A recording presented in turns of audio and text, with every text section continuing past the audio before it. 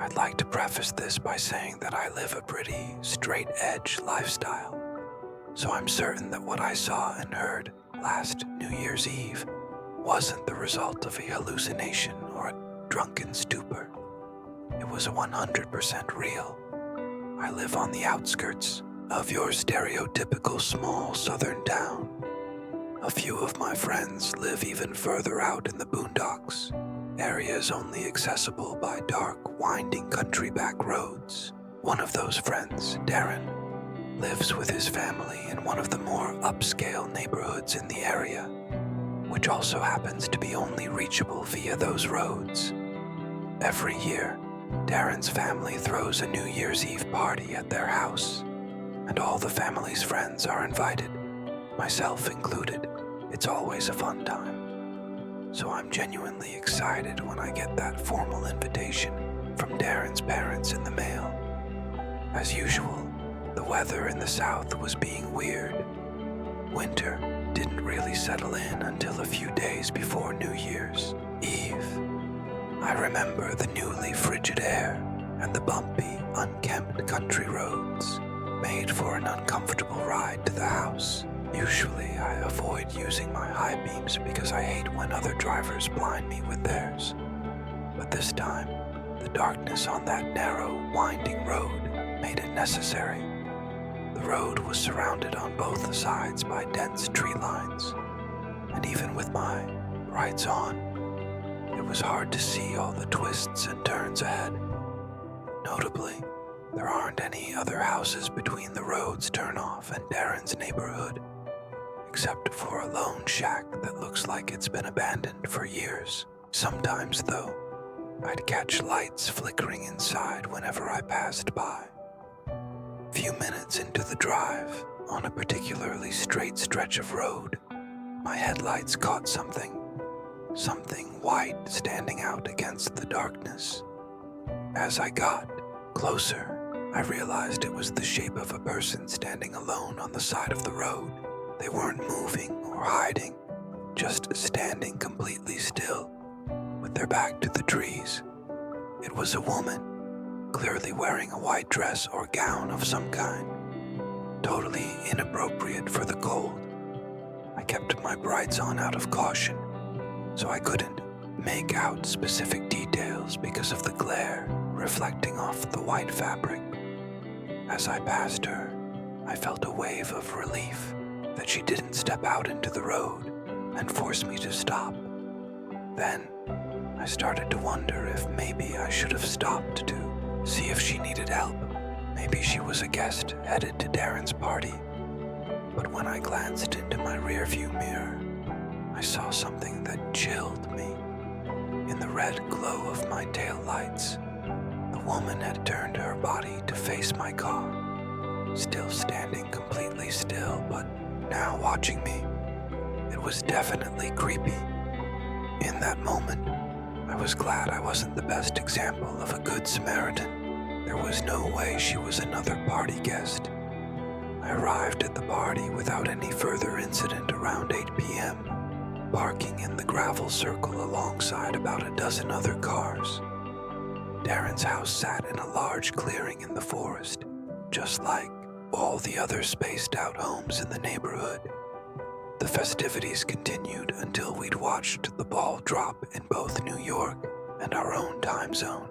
After midnight, guests began to head home. I stuck around to help clean up, as I usually did. Since I was a closer friend of Darren's family, it felt like the right thing to do. By the time I finally left, my car was the only one left parked in front of the house. When I started the car, the low tire pressure light came on. My car is an older model, so it doesn't tell me which tire is low or how many. I tried not to panic, reminding myself that this always happens when the temperature drops quickly after a warm spell. I figured I'd be okay to make it home. Before driving off, though, I thought about that woman. Was she still out there? Had anyone else seen her?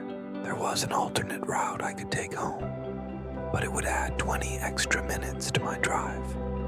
I didn't want to be out any longer than necessary, especially with possible drunk drivers on the road. So I took a deep breath and decided to go back the way I came.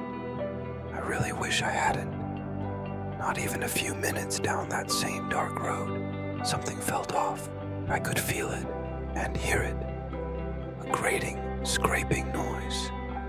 My car slowly came to a stop. I muttered under my breath, trying not to panic. Was something wrong with the tires? Against my better judgment, I got out to check. Stupidly, I turned the engine off and shut the door, which turned the headlights off automatically, plunging me into complete darkness, surrounded by forest. I used my phone's flashlight and checked each tire. My heart dropped. Every single one had been shredded, ripped to pieces, like something with claws had torn through them. I might have believed it was a freak accident if it was just one tire, maybe two, but all four. That was deliberate. I stood there, stunned. No one would be out this late on this road, even on New Year's Eve. I needed to call someone, but of course, no phone service. Just as I was about to get back into the car, the wind suddenly stopped. The branches stilled. The few nocturnal sounds of the forest went completely silent. I had never heard such complete silence before. Then came the sound of a twig snapping. Something was moving. I quickly turned off my flashlight, hiding in the darkness. The rustling leaves grew louder. Someone was stalking through the forest. It wasn't a deer. It wasn't a squirrel. This was the silence of prey when a predator is nearby. And then I heard it. I see you. All the air left my body. I couldn't even scream. It was a woman's voice, soft, quiet, coming from the tree line just 15 feet away. The lack of malice in her tone somehow made it even worse. Then, "Can you see me?" That was when my fight or flight response finally kicked in. Disoriented, I fumbled to turn my flashlight back on. I needed to know which direction to run. As the light clicked on, I aimed it toward the voice. There she was, standing at the edge of the trees. The woman in white. Her features were visible now. The gown was filthy, covered in dark stains. Her skin was deathly pale. She was skinny, with long, disheveled gray hair falling to her elbows. But her face, it was grotesque, almost as if she were missing half of her jaw, yet still trying to smile. Paralyzed with horror, I stared at her for a moment, flashlight fixed on her twisted face.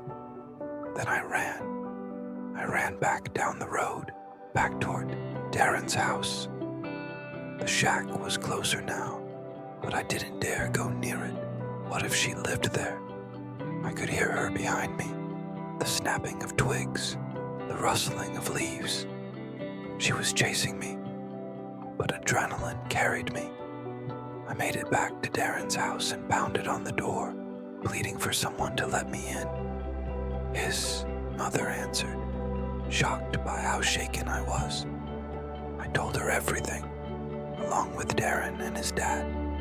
They were sympathetic and let me stay the night, calling the police and a tow truck. I didn't even contact my own family. I just wanted the nightmare to end. The police said they'd search the area and that I could retrieve my car the next day and give a full statement. That night I tried to sleep in the guest room, hoping it was over. It wasn't. I woke up to a soft tapping at the second-story window.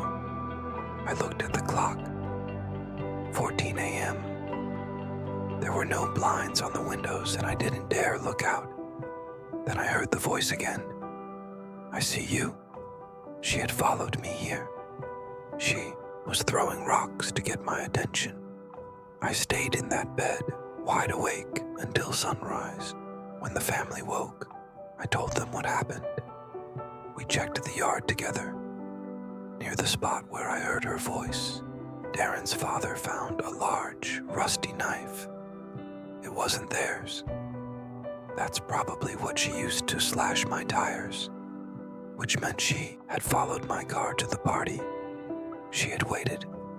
Later, when Darren's parents called other guests, one of them admitted they saw someone in a white dress wandering outside, but thought nothing of it since people were coming and going all night.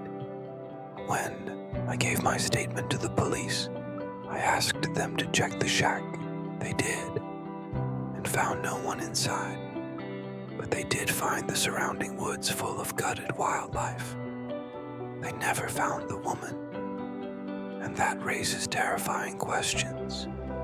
How did she track me down so quickly? And if she was missing so much of her jaw, how could she speak so clearly? Despite everything, I'll still be going to Darren's house for New Year's Eve again this year. But this time, I'll carpool, and we're taking the long way around.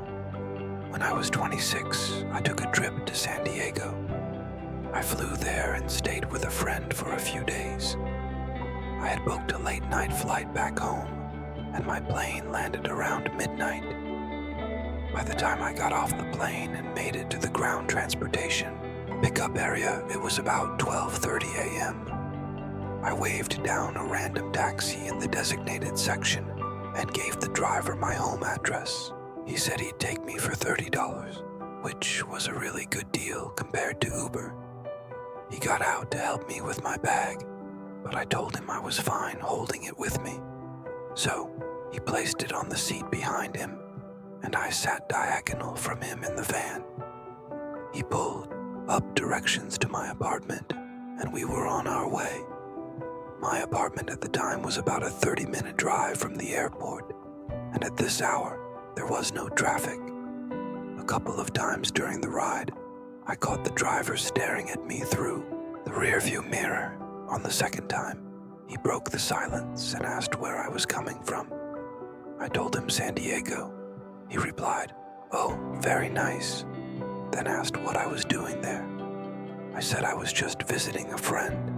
Then he said, "Is your friend as pretty as you?" At first I awkwardly laughed, but the comment immediately made my skin crawl. It was only the third thing out of his mouth, and it didn't sit right. From there, his questions stayed on the flirty side. "What's a pretty girl like you doing traveling all by yourself?" he asked. I replied with a touch of sass. "Well, I just said I wasn't alone. I was visiting a friend," he responded. "But flying alone still counts as traveling alone," I replied. "We can agree to disagree," trying to keep my tone light but firm. He laughed and said he was only teasing. Still, this guy had to be about 45 years old. Him hitting on a lone woman in her 20s felt really creepy. Unfortunately, it wasn't the first time I'd been in a situation like this. As we continued down the highway, I recognized the overpass by my exit, but he didn't slow down. We blew right past it. "That was my exit," I said. He mumbled something and said he'd get off at the next one. I leaned forward, trying to see if he had the right address in his GPS, but the screen was tilted away from my view. The next exit was about a mile further. I sat up straight and said clearly, "You need to get off here." He turned on his blinker and took the exit without a word, but I caught a quick glare from him in the mirror. It wasn't just a look. It felt like a flash of annoyance. Not even a minute later, he asked, "Do you have a boyfriend?" I didn't hesitate. "Yes, he lives with me."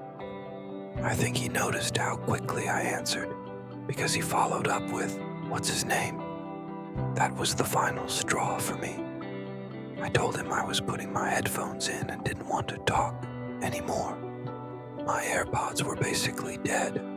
but I put them in anyway to signal that I was done engaging. At this point, I texted my family and a few close friends, sharing my location and explaining the situation. I figured if anything went wrong, someone needed to know where I was. We were now driving through familiar streets in my town. At a red light, I looked up and caught him glaring at me again through the mirror. This time, more intense. He didn't say a word. I had no music playing, so I would have heard him if he did. The light turned green, but he didn't move until I said, "The light's green." Still, no one from my family was responding, except for my older brother, who lived 2 hours away. He told me that if I felt unsafe, I should get out of the car. As we stopped at another light, I spotted a police car parked in an empty lot nearby. In a split-second decision, I grabbed my bags, slid the van door open, and bolted. The driver started yelling, "What are you doing?" and tried to close the door with the automatic button, but I forced it open. As soon as it was wide enough, I jumped out and sprinted to the police car. Instead of chasing me or demanding money, the taxi just sped off. Already a massive red flag. The officer rolled down his window as I approached, and I told him the taxi driver had been acting really off, and I left the car for my safety. Thankfully, he let me hop in and drove me the rest of the way home. It was only about a 10-minute ride. I let myself in, skipped unpacking, brushed my teeth, and collapsed into bed. Just as I started to drift off, I heard a knock at the door. What if it was the taxi driver? He had my address. What if he came for his money? Or worse, the knocks continued for a few minutes, then silence, then more knocking. I never left my room. The door was locked, and that's all that mattered in that moment. Eventually, the noise stopped, and I finally fell asleep. The next day at work, I got a call from my neighbor, George. He said my dad had come by earlier to drop something off, but didn't have a key. George just wanted to confirm if I was expecting him. I wasn't. I called my dad right away. He said he had been at work all day and hadn't come by. I told him everything over the phone. He wanted me to come stay with my parents for a few nights, and I agreed. After work, I went home to pack a bag. Something in the apartment felt off. I don't usually get scared being alone, but that night, I did. I kept hearing soft creaks, like someone stepping lightly across a wood flooring. I tried brushing it off as paranoia, but just as I was about to leave, I heard a distinct creaking noise from down the hall, from the spare bedroom. Then, a voice. "I wasn't going to hurt you." An arm swung into view from behind the door frame. I didn't wait. I took off for the front door, screamed, and pounded on George's door. He and his wife came out, and I begged them for help. We didn't go back inside. We called 911 and waited. When officers arrived and searched the apartment, they found the back sliding door open, leading to the shared backyard. Whoever it was, they fled. Unfortunately, I had no record of the taxi ride, no plate number, no company info, just a yellow minivan and a description of the man. I explained the route and the time, hoping local businesses might have security footage. I grabbed my packed bags and went to my parents' house, where I stayed for a week. They wanted me to stay longer, but I had to return eventually. My dad helped install cameras from Amazon at the front and back doors. I also bought a taser to keep next to my bed. Since then, I've moved twice. I've never had to use the taser, thankfully, and I avoid taxis completely when I'm alone now. They're harder to trace than ride-sharing apps, and I still wonder if that was even a real taxi at all, or just someone using a stolen vehicle.